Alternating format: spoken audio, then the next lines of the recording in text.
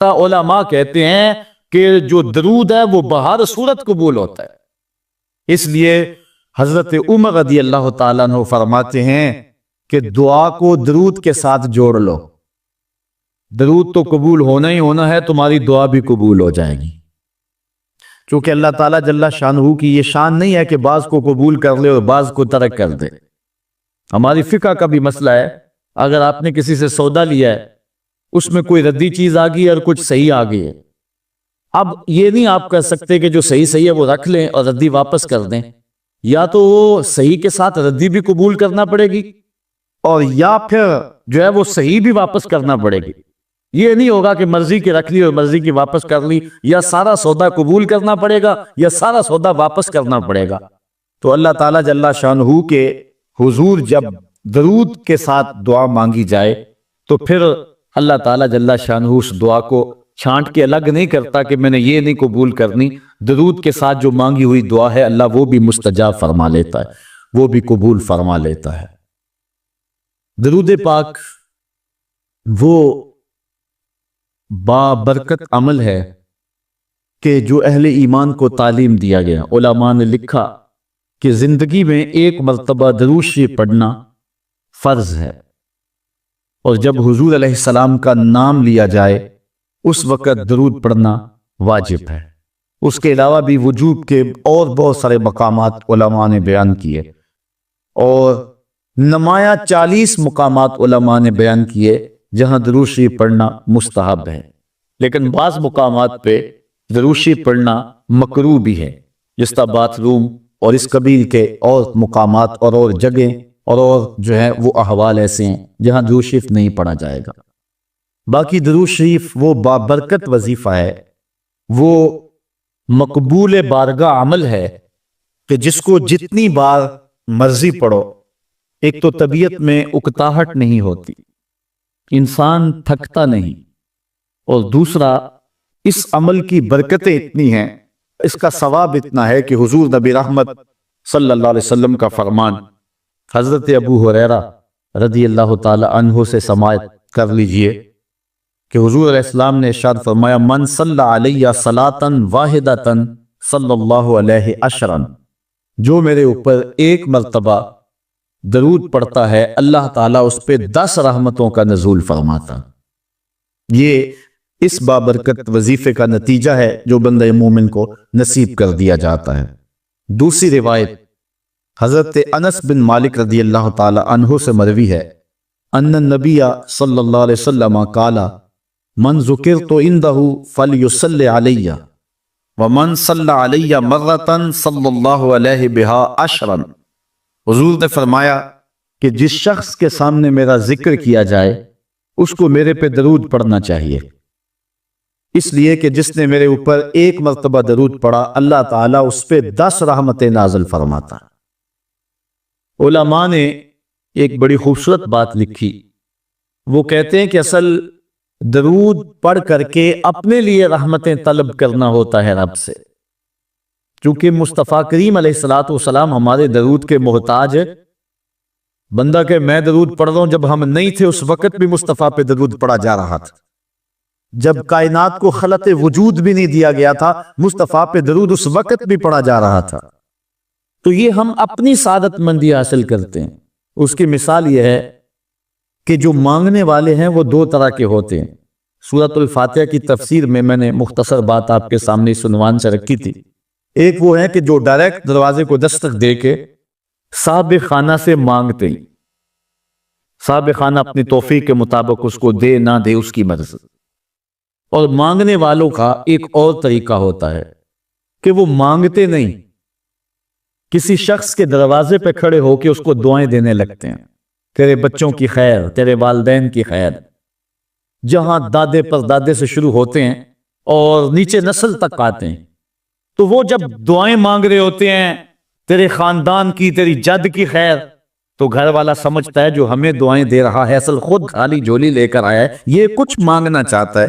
تو کوئی شخص اللہ کی بارگاہ سے مانگنا چاہے، اللہ تو اولاد سے پاک ہے، تو اس کے محبوب کی خیر مانگو، اللہ تعالیٰ ایک بار خیر مانگو گے 10 رحمتیں جھولی میں ڈال دے گا۔ تو یہ مانگنے کا ایک مہذب طریقہ ہے جو اہل ایمان مانگتے ہیں۔ اس لیے اگر سارے وظیفے چھوڑ کے صرف درود پڑھا جائے تو یہ کیسا عمل ہے؟ حضرت ابی بن کعب رضی اللہ تعالیٰ عنہ سے مروی روایت ابھی آ رہی ہے، آپ دیکھیں گے کہ یہ کتنا بابرکت وظیفہ ہے جس کی تعلیم حضور ارشاد فرما رہے ہیں۔ حضور علیہ السلام کا ایک اور فرمان سنیے جس کو امام طبرانی نے اپنی موجم میں روایت کیا ہے۔ حضور نے ارشاد فرمایا من صلی علیہ صلاۃ واحدۃ صلی اللہ علیہ عشرا، جو میرے اوپر ایک مرتبہ درود پڑھتا ہے رب تعالیٰ اس پر 10 رحمتیں نازل کرتا ہے۔ ومن صلی علیہ عشرا صلی اللہ علیہ مئۃ، اور جو میرے اوپر 10 مرتبہ درود پڑھتا ہے اللہ تعالیٰ اس پہ 100 رحمتیں نازل فرماتا۔ ومن صلی علیہ مئۃ کتب اللہ بین عینیہ براۃ من النفاق وبراۃ من النار، اور جو شخص میرے اوپر 100 مرتبہ درود پڑھتا ہے اس کی 2 آنکھوں کے درمیان لکھ دیا جاتا ہے یہ بندہ منافق بھی نہیں ہے، دوزخی بھی نہیں ہے۔ یہ نہ منافق ہے اور نہ دوزخی ہے، نفاق سے اور دوزخ سے بری لکھ دیا جاتا ہے۔ وَأَسْكَنَهُ اللَّهُ يَوْمَ الْقِيَامَةِ مَعَ الشُّهَدَاءِ، اور اللہ تعالیٰ جل شانہ قیامت کے دن جس مرتبے پر شہداء کو ٹھہرائے گا اسی مقام پہ درود پڑھنے والوں کو ٹھہرائے گا۔ یہ ثواب ہے اس شخص کے لیے کہ جو حضور پر کثرت کے ساتھ درود پڑھتا ہے۔ حضرت عبد الرحمن بن عوف رضی اللہ تعالی عنہ سے ایک روایت سنیے، فرماتے ہیں یہ عشرہ مبشرہ سے ہیں، جلیل القدر صحابی ہیں، اور صحابہ میں سب سے زیادہ امیر صحابی بھی یہی ہیں۔ 1,44,000 صحابہ میں سب سے امیر ترین صحابی حضرت عبد الرحمن ابن عوف رضی اللہ تعالی عنہ ہیں۔ آپ فرماتے ہیں کہ خرج رسول اللہ صلی اللہ علیہ وسلم فاتبعته حتى دخل نخلا فسجد فاطال السجود حتى خفت او خشیت ان يكون الله قد توفاه او قبضه۔ کہتے ہیں ایک دن حضور گھر سے باہر تشریف فرما ہوئے، مسجد نبوی سے نکلے تو میں بھی حضور کے پیچھے پیچھے چل پڑا۔ حضور علیہ الصلوۃ والسلام کے تتبع میں، حضور کی اتباع میں میں بھی حضور کے پیچھے چل پڑا۔ حتی داخل نخلا، یہاں تک کہ کھجوروں کے ایک باغ میں حضور تشریف فرما ہو گئے، میں بھی اس باغ میں حضور کے پیچھے چلا۔ میں نے کیا دیکھا؟ حضور نے سجدہ فرمایا، فاطال السجود، اور سجدہ اتنا لمبا تھا، حتی خفت او خشیت ان یکون اللہ قد توفى او قبضه، مجھے ڈر لگا کہ حضور علیہ السلام کا وصال ہو گیا، کہ حضور نے سر انور رکھا سجدے میں پھر اٹھا ہی نہیں رہے تھے، تو میں ڈرا اس بات سے کہ کہیں حضور کا وصال نہ ہو گیا ہو، حضور علیہ السلام اس دار فانی سے کوچ نہ کر گئے ہوں۔ تو کہتے ہیں کہ کالا فجے تو انظر فرفع راسہ، میں دیکھ ہی رہا تھا کہ اچانک حضور نے سر انور اٹھا لیا۔ فقال مالک یا عبد الرحمن، تو میرا رنگ اڑا ہوا تھا، میری طبیعت کے اوپر ایک عجیب کیفیت تھی۔ حضور نے سر اٹھایا اور مجھے اس حالت میں دیکھا، کہا کہ اے عبد الرحمن تجھے کیا ہو گیا؟ میں نے کہا فذکرت ذالک لہ، جو مجھے ہوا تھا میں نے وہ بتا دیا۔ میں تو ڈر گیا تھا، چونکہ صحابہ کی زندگی ہی تو حضور کے نام سے تھی، اور آقا کریم کی زندگی کے ساتھ اور حضور کی حیات کے ساتھ ہی تو وہ جیتے تھے بلکہ اڑتے تھے، اور صحابہ رضوان اللہ علیہ مجمعین کے لیے سب سے مشکل وقت حضور علیہ السلام کی وفات کا وقت تھا، ان سے برداشت نہیں ہوتا تھا۔ آپ نے پڑھا ہوگا، سیر میں علماء سے سنا ہوگا، حضرت عمر نے تلوار نکال لی تھی حضور کے وصال پر، کوئی کہے تو صحیح حضور کا وصال ہو گیا میں گردن کاٹ دوں گا، روتے تھے، عجیب کیفیت تھی۔ حضرت ابوبکر صدیق نے ہاتھ آگے کیا، لیکن حضرت عمر جو ہیں وہ ان کی بات بھی سننے کے لیے تیار نہیں تھے۔ حضرت بلال چیخیں مارتے تھے، عجیب حالت تھی۔ حضرت سیدہ فاطمہ کہتی تھی سبت علی مصائب لو انہا سبت علی ایام سرنا لیالیا، لوگوں میرے اوپر جو مصیبتیں ٹوٹ پڑی ہیں اگر وہ چٹے دنوں پہ پڑتی تو وہ بھی کالی راتیں بن جاتے، اتنی مصیبتیں آ گئی۔ حضور علیہ السلام کے وصال پر یہ صحابہ کی کیفیت۔ حضرت زید بن عبداللہ اپنے باغ کو پانی دے رہے تھے، حضرت امام زرقانی نے لکھا ہے ان کے بیٹے نے جا کے کہا کہ ابا جی کو بات سنی ہے؟ انہوں نے کہا بتاؤ بیٹے کیا ہوا ہے؟ کہا حضور کا وصال ہو گیا۔ تو حضرت زید نے یوں ہاتھ اٹھائے اور سنو انہوں نے کیا کہا، اللہم اذہب بصری حتی لا ارا بعد حبیبی محمد احدا، اے اللہ مجھے اندھا کر دے، مجھے نابینا کر دے۔ آنکھوں کے چراغ روشن اس لیے تھے کہ تیرے رسول کو دیکھتا تھا۔ اب حضور اگر اس دنیا سے چلے گئے تو میں نے آنکھوں کی چراغ کیا کرنے؟ تو اللہ تعالیٰ نے ان کی دعا قبول فرما لی اور وہ فوراً نابینا ہو گئے۔ کسی نے بعد میں ان کے پاس جا کر افسوس کیا کہ تمہاری آنکھوں کی بینائی جاتی رہی ہے، بڑا افسوس ہوا ہے۔ وہ فرمانے لگے تمہیں ہوا ہوگا، مجھے تو کوئی نہیں ہوا، میں تو حضور کے بغیر کسی کو دیکھنا ہی نہیں چاہتا۔ اور اعلیٰ حضرت فرماتے ہیں کون نظروں پہ چڑھے دیکھ کے تلوا تیرا، جس نے آپ کو دیکھا پھر وہ کسی کو جو ہے وہ اور کیوں دیکھے؟ تو یہ صحابہ کی کیفیت تھی۔ بلکہ غدابہ نامی اونٹنی جس پہ حضور سواری کیا کرتے تھے، کتب میں آتا ہے، صحیح روایات ہیں، وہ حضرت فاطمہ زہرا کی دہلیز پر سر رکھ کے رویا کرتی تھی۔ اور وہ یافور نامی دراز گوش جس پہ حضور سواری کیا کرتے تھے، جس کو ہم اپنی زبان میں گدھا کہہ لیتے ہیں لیکن نسبت رسول سے ہوگی تو پھر اس کو دراز گوش کہیں گے، تو وہ قبیلہ بنو سلیم کے کنویں میں چھلانگ لگا کے مر گیا کہ جب حضور چلے گئے ہیں تو ہم نے جی کے کیا لینا ہے۔ یہ کیفیت جانوروں کی تھی۔ اللہ اکبر۔ تو حضور کی جدائی کا صدمہ کون برداشت کرے؟ آپ نے سنا نہیں کہ استن حنانہ حضور کے فراق میں کیسے تڑپ تڑپ کے روتا تھا؟ صحاح میں روایت ہے، لگتا تھا جس طرح پھٹ جائے گا۔ اور آقا کریم منبر سے نیچے اترے اور آقا نے اس کو دونوں ہاتھوں میں لیا، پھر تسلی دی، اور ایسے لگا جس طرح کہ بچھڑا ہوا بچہ ماں کی گود میں آ جائے تو اس کی گگھی بن جاتی ہے، یہ کیفیت ہوئی۔ پھر حضور منبر پہ جلوہ فراز ہوئے اور صحابہ سے مخاطب ہو کے کہا لو لم افعل ھکذا لھن الی یوم القیامہ، اگر میں اپنے عاشق زار کو منبر سے اتر کے یوں تسلی نہ دیتا تو یہ لکڑی کا ستون قیامت تک روتا ہی رہتا۔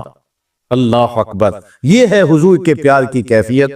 ان کے لیے مشکل مرحلہ تھا۔ تو حضرت عبد الرحمن بن عوف رضی اللہ تعالیٰ عنہ کہتے ہیں میں نے جو میرے پہ بیتی تھی نا، جو میری حالت ہوئی تھی، میں نے صاف صاف عرض کی حضور میں تو بہت پریشان ہوا تھا۔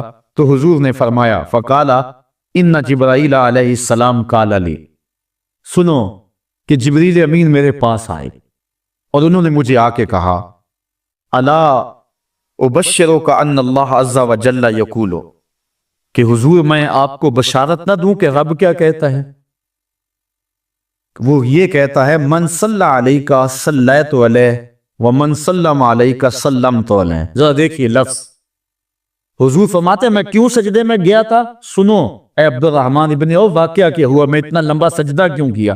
کہا میرے پاس جبریل آئے اور جبریل نے مجھے رب کا سندیسہ دیا، پیغام دیا کہ محبوب آپ کا رب کہتا ہے کہ آپ کا جو امتی آپ پہ درود پڑے گا میں رب ہو کے اس پہ درود پڑھوں گا، اور جو آپ کا امتی آپ کو سلام کہے گا میں رب ہو کے اس کو سلام کروں گا۔ تو حضور فرماتے ہیں فسجدت للہ شکرا، تو پھر میں سجدہ نہ کرتا، پھر میں شکر کا سجدہ نہ کرتا اور میرا سجدہ لمبا نہ ہوتا کہ اتنا کرم ہوا کہ میرا اگر غلام مجھ پہ درود بھیجے تو رب اس پہ درود بھیجتا ہے۔ اللہ اکبر۔ یہ کرم نوازیاں اس شخص پر کہ جو حضور نبی رحمت صلی اللہ علیہ وسلم پر درود بھیجتا ہے۔ آئیے حضرت عبداللہ ابن مسعود رضی اللہ تعالی عنہ سے ایک روایت سنتے ہیں۔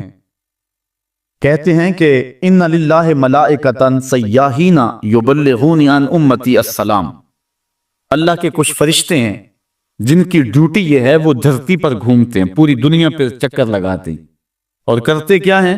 جہاں جہاں بھی کوئی شخص میرے اوپر سلام بھیجے تو وہ اس امتی کا سلام میرے تک پہنچاتے ہیں کہ حضور آپ کے فلاں امتی نے آپ تک جو ہے وہ سلام بھیجا ہے۔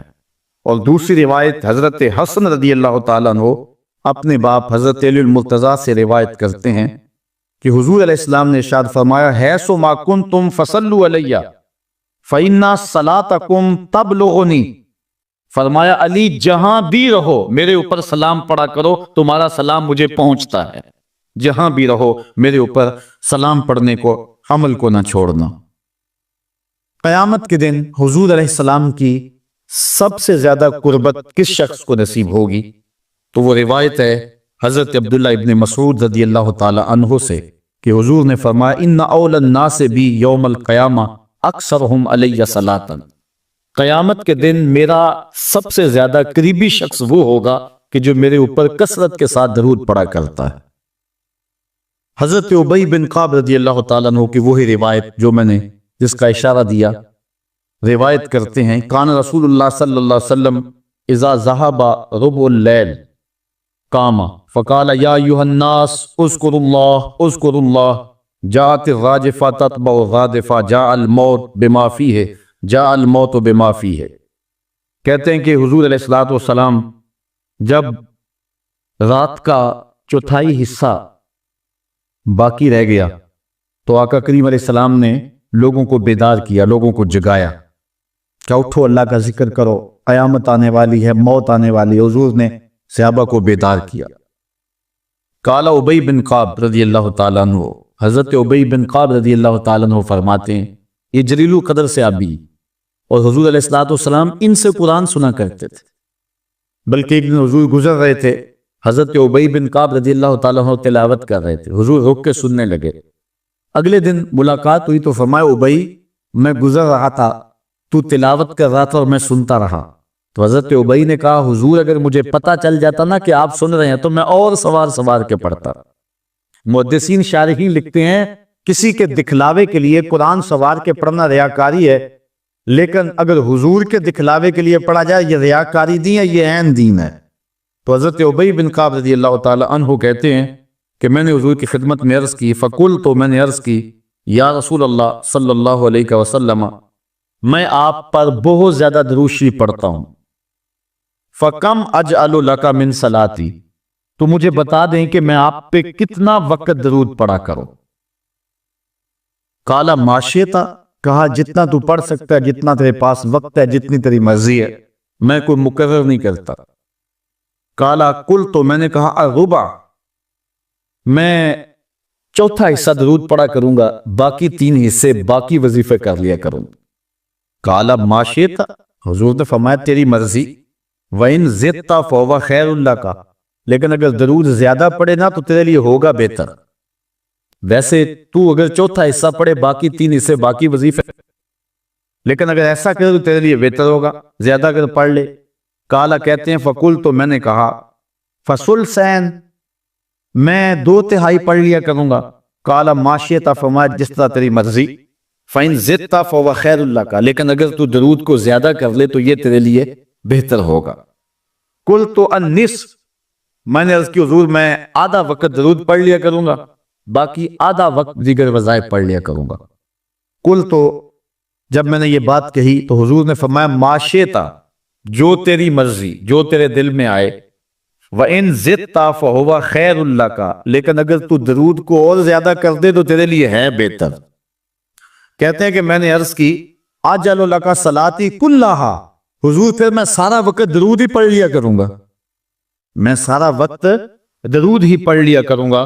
تو آقا کریم نے فرمایا پھر تجھے دنیا کی تکلیفیں بھی نہیں پہنچیں گی اور آخرت میں بھی تجھے نجات مل جائے گی، کیونکہ انسان وظیفہ 2 مقاصد کے لیے کرتا ہے، میری دنیا کے معاملات ٹھیک ہو جائیں، کچھ وظائف اس لیے پڑھتا ہے، یا پھر میری آخرت ٹھیک ہو جائے اس لیے وظائف پڑھتا ہے۔ 2 ہی غرضیں ہوتی ہیں وظائف پڑھنے سے، لیکن حضور نے فرمایا اگر تو سارا وقت درود پڑھتا رہے تو پھر تیری دنیا بھی ٹھیک ہو جائے گی، تیری آخرت بھی ٹھیک ہو جائے گی، تیرے سارے معاملے ٹھیک ہو جائیں گے۔